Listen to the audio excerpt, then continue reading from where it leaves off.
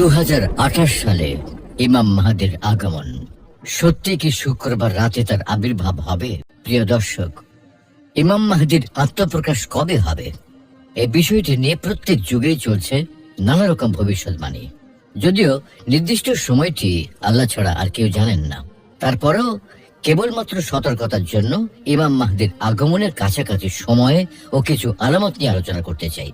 কারণ হাদিসের যথার্থতা অথবা সঠিক ব্যাখ্যা না জানার কারণে কেউ কেউ মনে করেন কয়েক বছরের মধ্যেই হয়তো ইমাম মাহদির আগমন হবে।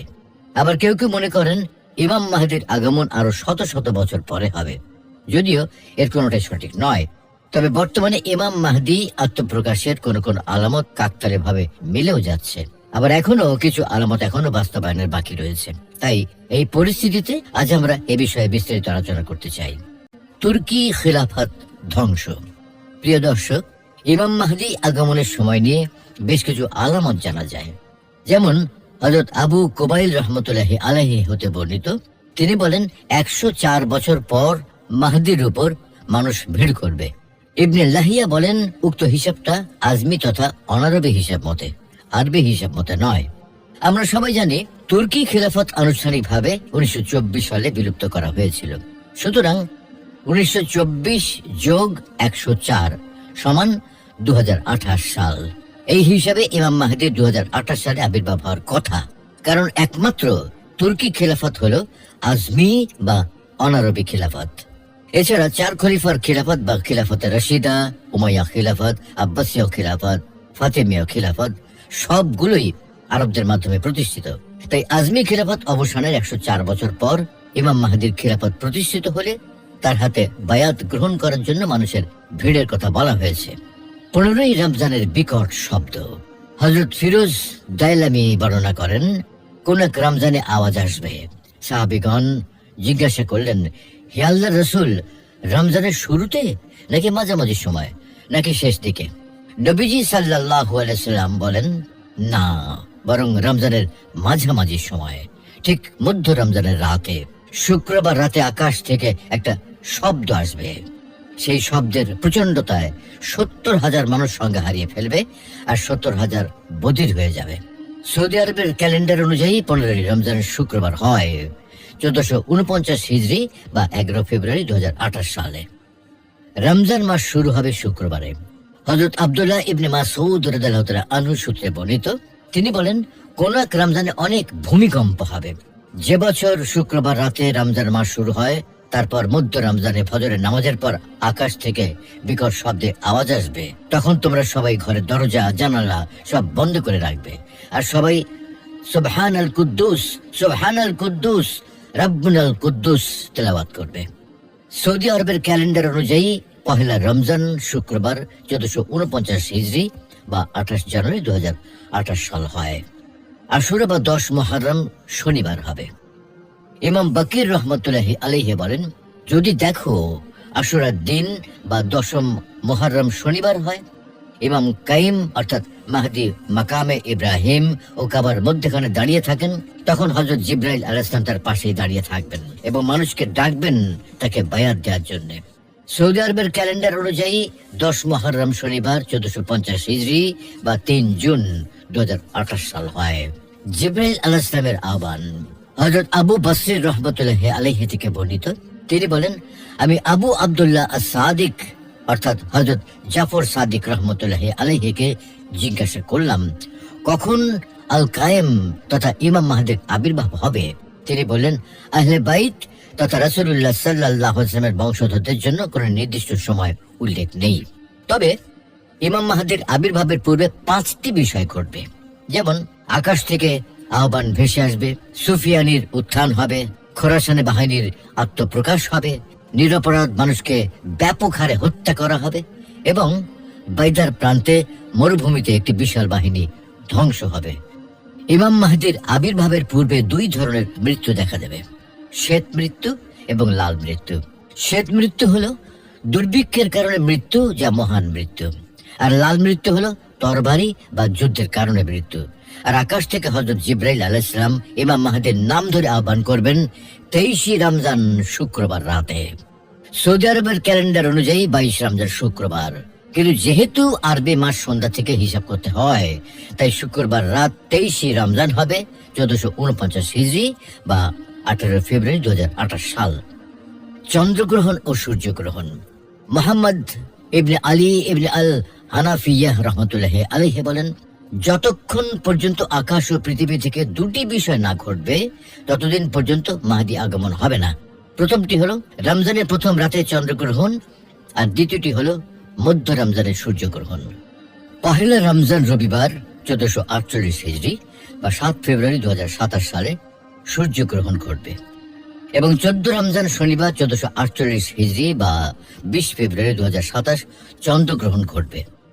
এখানে আরো উল্লেখ করা প্রয়োজন যে 2026 সালেও রমজান মাসে 2 বার চন্দ্রগ্রহণ ও সূর্যগ্রহণ হবে। আবু হুরায়রা রাদিয়াল্লাহু তাআলা আনহুর উক্তি।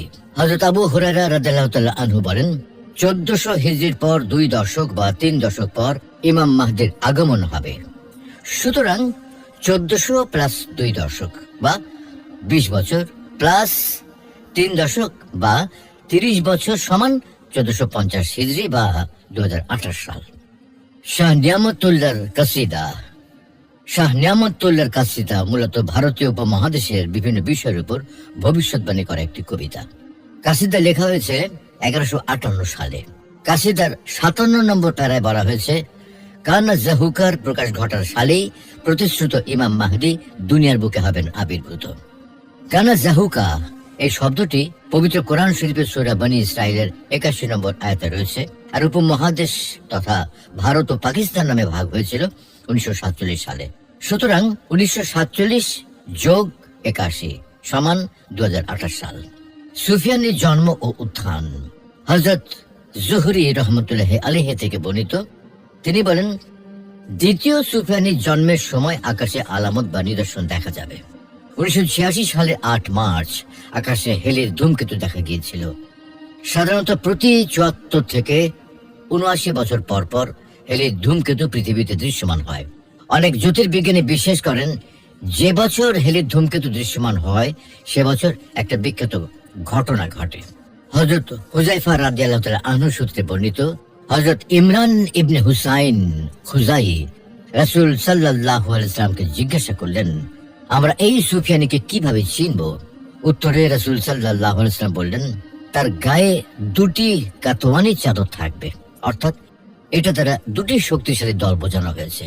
তার চেহারার রং ঝলমলে তারকার মতো হবে, ডান গালে তিলক থাকবে আর বয়স 40-এর কম হবে। সুতরাং 1986 যোগ 40 সমান 2026 সাল, অর্থাৎ 2026 সালের পূর্বেই সুফিয়ানের উত্থান হবে। ফোরাত নদীর তীরে সোনার পাহাড় ভেসে ওঠা। সাহাবী হযরত আবু হুরায়রা রাদিয়াল্লাহু তাআলা আনহু থেকে বর্ণিত, তিনি বলেন, চতুর্থ ফিতনা হচ্ছে অন্ধকার অন্ধত্বপূর্ণ ফিতনা, যা সমুদ্রের ঢেউয়ের ন্যায় উত্তাল হয়ে আসবে। আরব অনারবের কোনো ঘর বাকি থাকবে না। প্রত্যেক ঘরেই উক্ত ফিতনা প্রবেশ করবে, যা দ্বারা তারা লাঞ্ছিত অপদস্থ হয়ে যাবে। যে ফিতনাটি শাম তথা সিরিয়া দেশে চক্র দিতে থাকলেও রাত্রি যাপন করবে ইরাকে। তার হাত পা দ্বারা আরব ভূখণ্ডের ভিতরে বিচরণ করতে থাকবে। উক্ত ফিতনা এই উম্মতের সাথে চামড়ার সাথে চামড়া মিশ্রিত হওয়ার ন্যায় মিশ্রিত হয়ে যাবে। তখন বালা মুসিবত এত ব্যাপক ও মারাত্মক আকার ধারণ করবে যা দ্বারা মানুষ ভালো খারাপ কিছুই নির্ণয় করতে সক্ষম হবে না। ওই মুহূর্তে কেউ উক্ত ফিতনা থামানোর সাহসও রাখবে না। একদিকে একটু শান্তি সুবাতাস বইলেও অন্যদিকে তীব্র আকার ধারণ করবে। মানুষ সকালবেলা মুসলমান থাকলেও সন্ধ্যা হতে হতে সে আবার কাফেরও হয়ে যাবে। উক্ত ফিতনা থেকে কেউ বাঁচতে পারবে না, কিন্তু ওই লোক বাঁচতে পারে যে সমুদ্রের ডুবন্ত ব্যক্তির ন্যায় করুণ সুরে আকুতি জানাতে থাকে। সেটা প্রায় 12 বছর পর্যন্ত স্থায়ী থাকবে। এক পর্যায়ে সকলের কাছে সবকিছু স্পষ্ট হয়ে উঠবে। ইতিমধ্যে ফোরাত নদীতে স্বর্ণের একটি পাহাড় প্রকাশ পাবে, যা দখল করার জন্য সকলে যুদ্ধে জড়িয়ে যাবে এবং প্রতি 9 জনের 7 জন মারা পড়বে। অনেকের মতে চতুর্থ ফিতনা হলো সিরিয়ার যুদ্ধ, যা শুরু হয়েছিল 2011 সালে। সেটা 12 বছর স্থায়ী থাকবে। তারপর ফোরাত নদীর তীরে সোনার পাহাড় ভেসে উঠবে। সুতরাং 2011 যোগ 12 সমান 2023 সাল। এখানে উল্লেখ করা প্রয়োজন, ফোরাত নদীর তীরে সোনার পাহাড় দখলকে কেন্দ্র করে যুদ্ধের পরপরই ইরাকের কুফা তথা মসুল নগরীতে কালো পতাকাবাহী দলের উপর গণহত্যা সংঘটিত হবে। তারপরেই খোরাসানের কালো পতাকাবাহী বাহিনীর আত্মপ্রকাশ হবে। হযরত ইবনুল হানাফিয়াহ রাহমাতুল্লাহি আলাইহি থেকে বর্ণিত, খোরাসান থেকে কালো ঝান্ডাবাহী দল এবং শুয়াইব ইবনে সালেহ ও ইমাম মাহদির আত্মপ্রকাশ এবং ইমাম মাহদির হাতে ক্ষমতা আসা 72 মাস বা 6 বছরের মধ্যে সংঘটিত হবে। সুতরাং ইমাম মাহদির হাতে খিলাফতের ক্ষমতা যাবে 2023 যোগ 6 সমান 2029 সাল, অর্থাৎ 2029 সালের পূর্বেই মাহদির হাতে রাজত্ব যাবে। পবিত্র কাবা শরীফে হত্যাকাণ্ড। 1400 হিজরিতে ইমাম মাহদিকে কেন্দ্র করে লোকজন জড়ো হবে, অর্থাৎ 1400 হিজরি বা 1979 সাল। 1979 সালে হজের সময় জুহাইমান আল কুতাইবি নামে এক ব্যক্তি তার শ্যালককে ইমাম মাহদি হিসেবে পরিচিত করে পবিত্র কাবা শরীফ 15 দিন অবরুদ্ধ করে রাখে। তারপর পাকিস্তান ও ফ্রান্সের সেনাবাহিনীর সহায়তায় তাদেরকে হত্যা করা হয়। হযরত তাবে রাহমাতুল্লাহি আলাইহি থেকে বর্ণিত, তিনি বলেন, আশ্রয় প্রার্থী অচিরেই মক্কার নিকট আশ্রয় চাইবে, কিন্তু তাকে হত্যা করে দেওয়া হবে। অতঃপর মানুষ তাদের যুগের কিছুকাল বসবাস করবে। অতঃপর আরেকজন আশ্রয় চাইবে। যদি তুমি তাকে পাও তাহলে তোমরা তাকে আক্রমণ করো না, কেননা সে ধসনেওয়ালা সৈন্যদলের একজন সৈন্য, অর্থাৎ যারাই তাকে আক্রমণ করতে যাবে তারাই মাটির নিচে ধসে যাবে। এখানে যুগের কিছু কাল বলতে 33 থেকে 40 বছর বা তার বেশি কিছু সময় উদ্দেশ্য। সুতরাং 1979 যোগ 40 সমান 2019 যোগ আরো কিছু সময়, অর্থাৎ 2028 সাল। সুপ্রিয় দর্শক, এতক্ষণ ধরে যে সূত্রগুলোর উদ্ধৃতি উল্লেখ করা হয়েছে সেগুলো অত্যন্ত জয়ীফ বা দুর্বল অথবা শিয়া বর্ণনার উপর নির্ভরশীল। আবার কোনটা জয়ীফ না হলেও তার ভিত্তিতে যেভাবে হিসেব নিকেশ করা হয়েছে বা যেভাবে অঙ্ক কষে 2028 সাল নির্ধারণের চেষ্টা করা হয়েছে তা মন গড়া বলে মনে হয়। এগুলোর আলোকে অনেকে ইমাম মাহদির আগমনের সম্ভাব্য সময়কাল নির্ধারণের চেষ্টা করেন, একটা উত্তেজনকর পরিস্থিতি তৈরির চেষ্টা করেন। তবে এইসব চেষ্টা সাম্প্রতিক বা একেবারে নতুন কিছু নয়, বরং যুগে যুগে অনেকে এসব চেষ্টা চালিয়েছেন। ইতিহাস সাক্ষ্য দিচ্ছে, রাসূল করিম সাল্লাল্লাহু আলাইহি ওয়াসাল্লামের ইন্তেকালের পর এই পৃথিবীতে ইমাম মাহদি হওয়ার দাবিদার বহু লোকের আবির্ভাব ঘটেছে এবং ঘটছে। প্রকৃত মাহদির আত্মপ্রকাশের পূর্বে বহু লোক মিথ্যা মাহদি সেজে মানুষের মধ্যে অশান্তি সৃষ্টি করছে, যার মধ্যে মির্জা গোলাম আহমেদ কাদিয়ানি, সিরিয়ার এক বিভ্রান্ত যুবক, বাংলাদেশের এক লোক, দক্ষিণ ইয়েমেনের এক বস্ত্র ব্যবসায়ী, ইরানের একজন শিয়া নেতা এবং 1400 হিজরির শুভ লগ্নে পবিত্র কাবা গৃহ দখলকারী এক মোহাম্মদ নামধারী যুবক মাহদি রূপে আত্মপ্রকাশ করেছিল, কিন্তু তাদের কারোরই পরিণাম সুখের হয়নি। মির্জা গোলাম আহমেদ কাদিয়ানি পায়খানায় পড়ে প্রাণ হারায়। সিরিয়ার বিভ্রান্ত যুবকটিকে বিষাক্ত বিচ্ছু কামড়িয়ে হত্যা করে। বাংলাদেশের লোকটি পেশাব পায়খানা চাটতে চাটতে মৃত্যুমুখে পতিত হয়। বস্ত্র ব্যবসায়ীটি বন্য কুকুরের আক্রমণে মারা যায়। শিয়া নেতা গুলিবিদ্ধ হয়ে মারা গেছে বলে শোনা যায়।